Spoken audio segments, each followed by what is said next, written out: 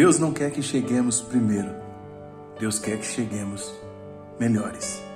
Graça e paz, povo de Deus. Estamos aqui para mais um devocional, Café com Deus Pai comentado.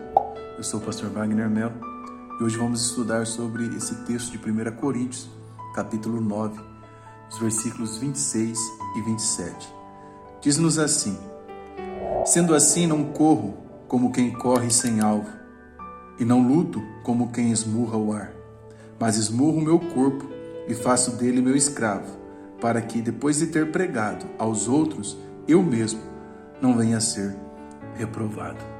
O escritor aqui, ele pontua no primeiro parágrafo: Paulo teve uma revelação profunda sobre o propósito de sua vida. Ao ser transformado por Jesus, ele correu em direção ao alvo de sua missão: viver para Cristo. Fica claro que nada poderia se colocar à frente desse objetivo, pois ele, obstinado, sabia que seu chamado era muito mais valioso. Quando nós olhamos para esse texto e comparamos com a nossa vida atual, percebemos que vivemos em tempos de correria, distrações e múltiplas exigências que repousam sobre os nossos ombros. Mas o apóstolo Paulo nos mostra que a vida cristã não pode ser levada de uma forma aleatória. E eu te pergunto, você tem corrido com propósito ou apenas está se movimentando sem ter uma direção? O apóstolo Paulo compara a jornada da fé a uma corrida. Ele não corre sem uma meta, não luta contra o ar. Ele tem foco, disciplina e consciência do que está em jogo. Há uma fala de Charles Spurgeon que diz que a disciplina, ela é a ponte entre a intenção e a realização. Quem quer agradar a Deus precisa definir prioridades espirituais, negar o corpo, dominar a carne, vencer o comodismo. Tudo isso é parte da disciplina. Quero compartilhar com você hoje, de acordo com esse texto, pelo menos 3 passos que temos que seguir se queremos definir muito bem as nossas prioridades. A primeira é ter uma meta, pois o próprio texto diz assim: corro também eu, não sem meta. Paulo, quando ele compara a vida cristã a uma corrida, mas não a qualquer corrida, ele está numa corrida com propósito. Quem não sabe para onde vai, qualquer caminho serve. Essa é a frase do famoso gato no filme Alice no País das Maravilhas. E isso de fato é uma verdade. Quando não sabemos para onde vamos, qualquer caminho serve.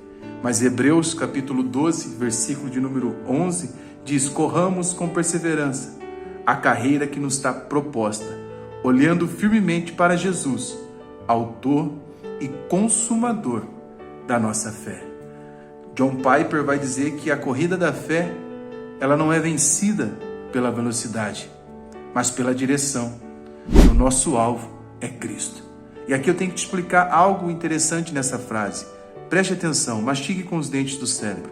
A corrida da fé não é vencida pela velocidade, mas pela direção. Suponhamos que você está nessa pista aqui. Aqui está Jesus. E aqui está o mundo. Observe que você está no mesmo caminho, mas que se você caminhar nessa direção, você vai para o mundo. E se você caminhar nessa direção, você vai para Jesus.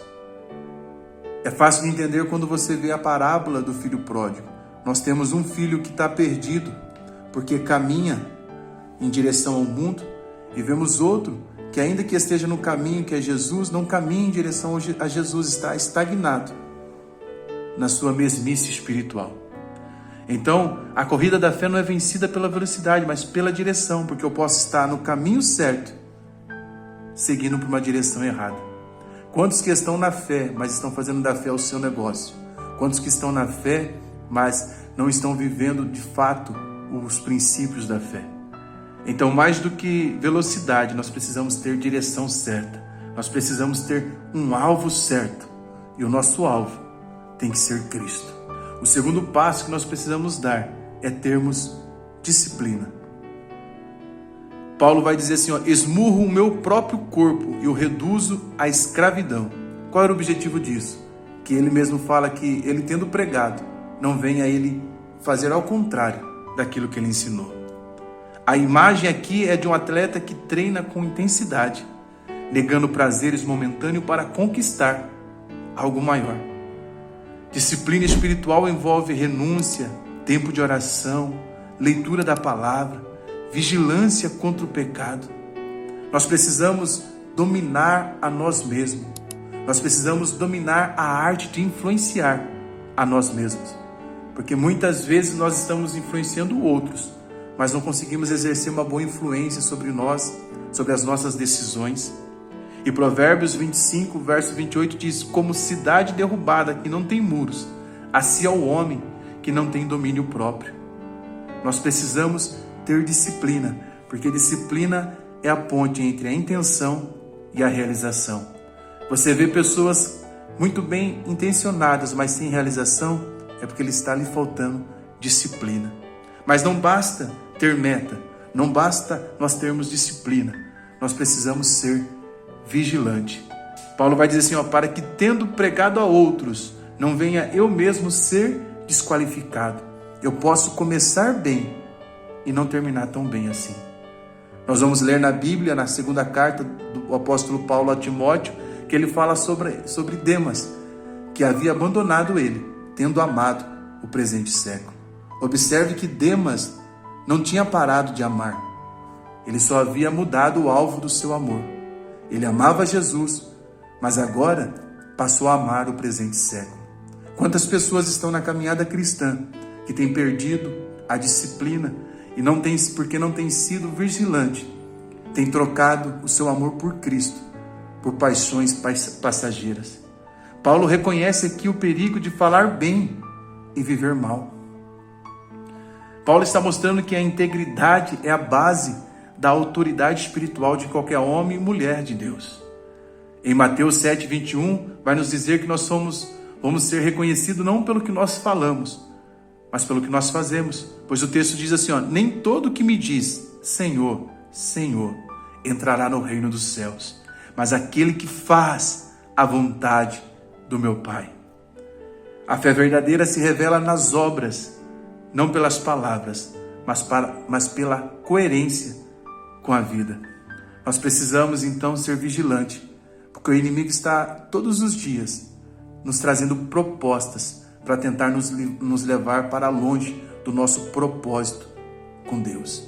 Quem se move por proposta não consegue viver propósito. Que você possa declarar isso comigo aqui nos comentários. Eu não vou me mover por propostas, porque eu quero cumprir o meu propósito. E se você quer cumprir de fato o seu propósito, você precisa da ajuda do Espírito Santo. Então eu te deixo esse outro vídeo aqui, onde eu falo sobre a ação do Espírito Santo na vida do cristão. Eu sou Wagner Mello e convido você a estudar comigo. Para isso eu mostro esse vídeo aqui, onde eu explico o meu curso Cristo Revelado no livro do Gênesis por dentro para você. Deus abençoe, curta, compartilhe esse vídeo. Se você não for inscrito, se inscreva aqui no canal. Forte abraço.